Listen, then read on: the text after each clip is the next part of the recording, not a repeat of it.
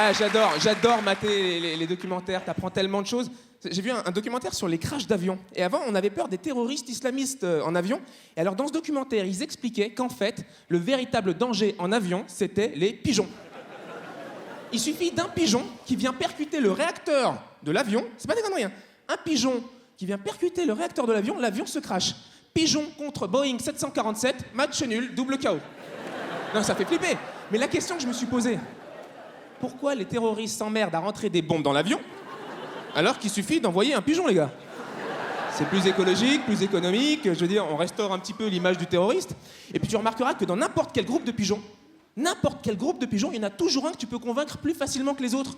Il y en a toujours un qui n'en a plus rien à foutre de la vie, il a l'œil crevé, il boite sur son moignon et puis j'en ai plus rien à foutre de la vie, moi, mais bien sûr. Lui, t'as pas besoin de lui promettre 1000 pigeonnes vierges, il en a rien à foutre. Ah, il en a rien à foutre. Parce que c'est ce qu'on promet au mec, hein, 1000 vierges. 1000 vierges. Non, toi, ça t'intéresserait, 1000 puceaux? Non, ça ne m'intéresse pas, ça fait peur, 1000 puceaux. Il y a qu'un mec pour vouloir d'une vierge. Nous, je pense qu'on a trop peur que le mec d'avant soit meilleur que nous. Toi, chérie, t'es sorti avec un mec avant moi? C'était un black? Ah, j'aurais préféré qu'il soit asiatique. C'est pas le... Quoique, attends 1 ou 2 générations, tu vas voir les mecs de Fukushima se pointer.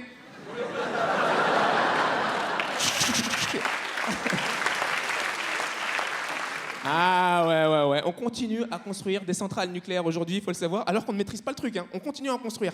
Et paradoxalement, on n'a jamais autant fait attention à notre santé, hein. Vous avez tous vu ce truc de manger 5 fruits et légumes par jour, on l'a tous vu? Alors moi, j'ai essayé pour être en bonne santé de manger 5 fruits et légumes par jour pendant 1 semaine. Alors à défaut d'avoir une bonne santé, t'as une bonne chiasse, hein. C'est radical. Très important de bien manger, c'est vrai que c'est important. Quand j'étais petit, moi, j'avais pas le droit de quitter la table si j'avais pas fini mon assiette. Il fallait que je termine mon assiette. C'était très important pour mes parents, pour ma mère. Et quand elle n'arrivait plus, qu'elle avait plus d'arguments pour me forcer à manger, que moi j'en pouvais plus, elle me disait un truc étrange, elle me disait « Pense aux enfants qui meurent de faim ». Il y a vraiment des enfants qui font « Ah, c'est vrai, les Somaliens ». Ça m'a ouvert l'appétit. C'est étrange ça quand même. Moi je me demande si dans les pays où ils crèvent de faim, les parents disent à leurs enfants « Arrête de te plaindre ». Pense aux enfants qu'on force à manger. Ah, tu vois. Eh ouais, qu'est-ce que vous voulez que je vous dise? Il y a des inégalités sociales et c'est comme ça, on peut rien y faire, il y en aura toujours. Moi, quand j'étais petit, je les repérais tout de suite, les inégalités sociales, dans la classe, à l'école primaire, grâce à un truc, la colle UU. Ah, tu pouvais tout de suite diviser la classe avec ce truc. Tu voyais tout de suite les radins, les égoïstes, par exemple. Eux, c'était très simple, quand ils collaient leur feuille, ils faisaient juste 4 points de colle sur les coins de la feuille. C'est collé. Gros radin. Moi, je faisais partie des flambeurs. J'avais pas trop de thunes, mais je faisais déjà partie des flambeurs. Les flambeurs, qu'est-ce qu'on faisait? On faisait le tour de la feuille. Et si quelqu'un te regarde, tu rajoutes la croix. Ouais, il y avait les Portugais. Alors là, les Portugais, il n'y avait pas 1 centimètre de la feuille qui n'était pas rempli de colle. S'ils arrivaient, première couche. Ils attendaient que ça sèche, deuxième couche. Là, ils te collaient le machin, il y avait des bulles d'air qui leur sautaient à la gueule. Ils prenaient la règle, on maroufle.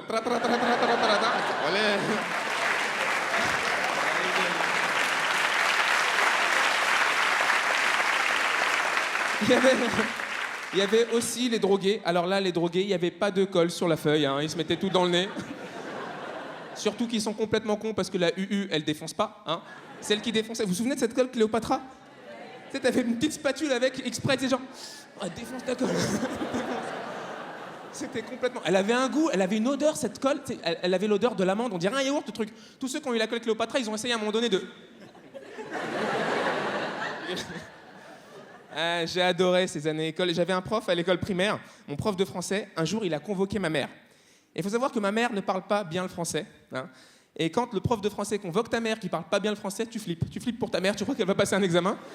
Ma mère est arrivée au rendez-vous, j'étais avec elle. Et là, le prof de français, première question qu'il lui pose à ma mère qui ne parle pas bien le français. Madame, en un adjectif qualificatif, comment vous pourriez définir votre fils?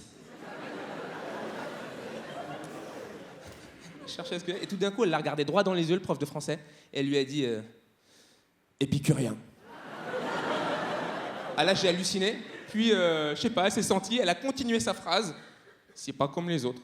Louis épicurien. Il est bien, de bonne famille, respectable. Ouais, c'est le... Ouais, les yeux, j'aime bien. Ça me permet de...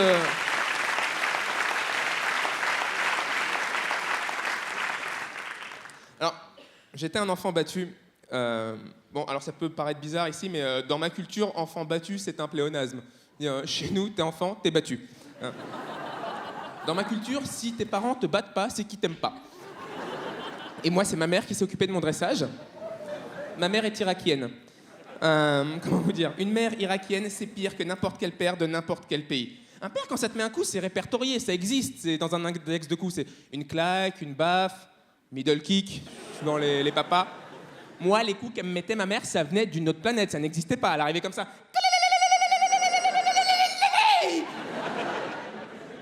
9.5.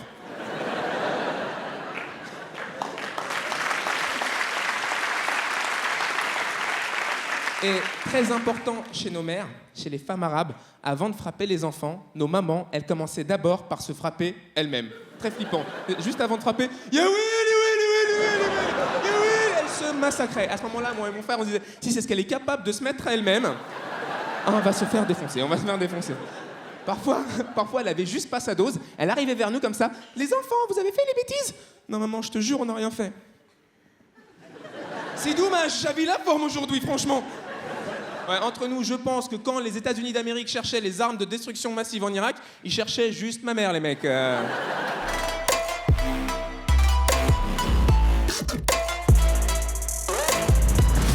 ben dans cette émission-là, une fois, il y avait un reportage sur la maison propre. Et ils ont expliqué en fait.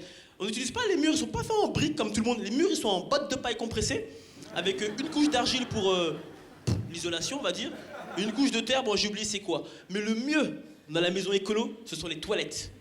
Ils ont inventé les toilettes sèches. Vous savez c'est quoi les toilettes sèches? Attendez, je vais vous expliquer vite fait, je reviens. Les toilettes sèches, en fait, c'est le même principe que les toilettes habituelles. Ça veut dire que c'est un rond, comme ça. Bon, tu rentres dans tes toilettes, hop, tu t'assois, tu fais ce que tu as à faire, comme ça. Ça, hop, tu finis, et là, magie. Pas de chasse d'eau. Une petite pelle avec de la sueur de bois, et tu caches. Tu caches. À ce qui paraît, il n'y a pas d'odeur, hein. Et en fonction de ce que tu as mangé, un mois ou une semaine après, tu vas dans tes toilettes qui sont pleines, clic, clic, tu les détaches, hop, tu les prends. Qui dit maison écolo dit forcément jardin écolo. Donc tes petites tomates, tes petites carottes et tu verses. Tu verses. Oui, oui, ça fait de l'engrais paraît-il. Hein. J'avoue, quand mon père il a vu ça, il a pleuré. Il a dit non, j'ai pas quitté l'Afrique pour ça recommence en France, non.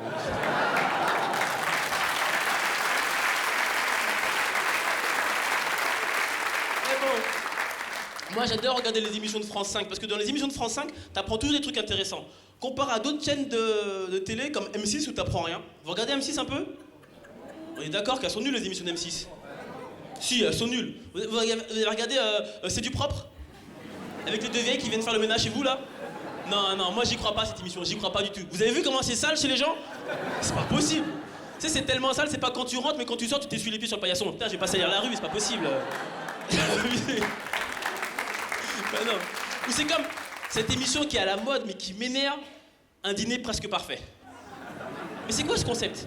Ça veut dire, je t'invite à manger chez moi, et après tu me critiques. Alors nous, pour la décoration, je te mets, oh, ta gueule, ouais, tu dégages. Attends, déjà tu manges gratuit, tu me notes? Non, non, mais même si je dois dire que la pire émission sur M6 pour moi, ça reste Capital. Ah non, quand je regarde Capital, j'ai l'impression d'avoir raté ma vie. Mais c'est vrai, vous avez vu les reportages qu'ils mettent? Que des trucs qui te foutent la rage. Genre toujours palace, yacht, milliardaire de père en fils. Tu sais, je suis à la maison comme ça, oh les bâtards. À côté, il y a mon père en train de compter ses tickets resto. Bouffon, va, regarde comme ils font, regarde. Mais M6, c'est des malins. Vous savez qu'ils font ça exprès de te faire des émissions comme ça? C'est pour que tu déprimes, pour que t'aies la rage. Parce que si t'es un peu faible d'esprit et tu regardes Capital, t'es dégoûté. Donc tu peux tomber dans l'alcool, la drogue et la violence, mais en faisant ça, tu crées juste le reportage de Zone Interdite de la semaine d'après. C'est ça. Il y a un lien. Bien sûr.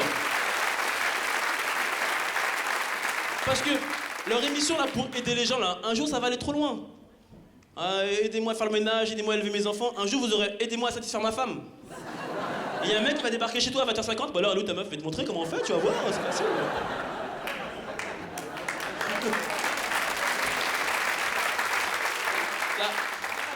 La seule émission passable, je dirais, sur M6, c'est Zone Interdite.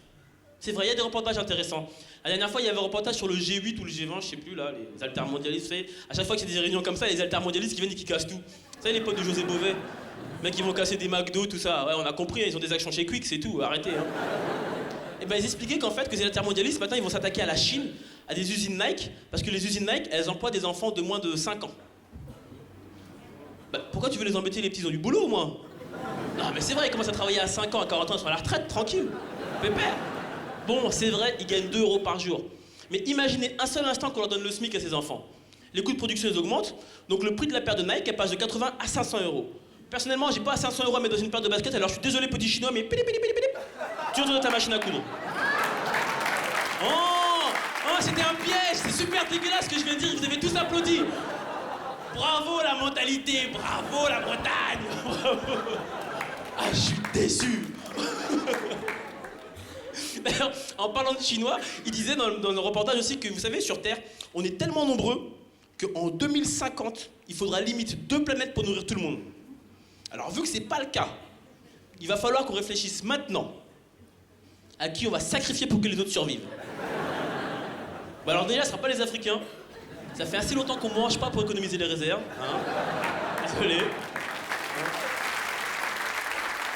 Ce sera pas les Chinois non plus. Même s'ils sont 1,5 milliard, parce que le chinois est très utile à l'humanité. C'est vrai, nous, on n'a pas les doigts assez fins pour coudre les baskets, donc ils gagnent par défaut. Désolé. Après, il reste les Indiens. Ils sont 1 milliard quand même. Hein. Et personnellement, s'il y en a plus sur Terre, je sais pas si c'est une grosse perte pour l'humanité. Même si, pour leur défense, faut avouer que c'est pas vraiment eux qui font baisser les réserves de nourriture mondiale, vu qu'ils mangent même pas de steak haché. Si, c'est vrai.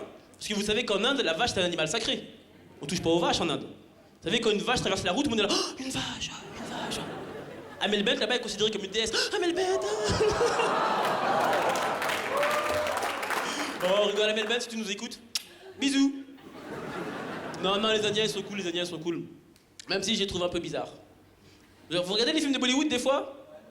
Vous avez vu les films de Bollywood? Elles sont belles, les Indiennes, dans les films de Bollywood. Quelqu'un a déjà vu une belle Indienne en France? Réfléchissez. J'ai le temps. Non, mais c'est vrai, parce que dans les films de Bollywood, les Indiennes, elles sont belles, elles ont les cheveux noirs, les yeux verts. En France, ce truc vert qu'ils ont, c'est les pistaches qui vont dans le métro. Alors, faut arrêter de nous mentir au bout d'un moment, là. Oh, et qu'importe la situation dans les films de Bollywood, ils chantent. On a tué ta femme. Oh, ça suffit, pleure un peu. Moi, j'adore les films d'action. Alors, j'imagine un seul instant, James Bond fait par des Indiens. Bonjour James, voici votre nouvelle voiture, là, pas automobile. Pour la démarrer, pas de clé. Appuyez sur le point rouge de votre front. Non, je rigole, j'aime bien les Indiens. Moi, je pense que le vrai danger pour les réserves de nourriture mondiale, vous savez, c'est qui? Les Américains. Exactement. Vous avez vu comment ils bouffent? Un Américain sur 3 est obèse. Les 2 autres sont très gros. C'est le problème, c'est tout.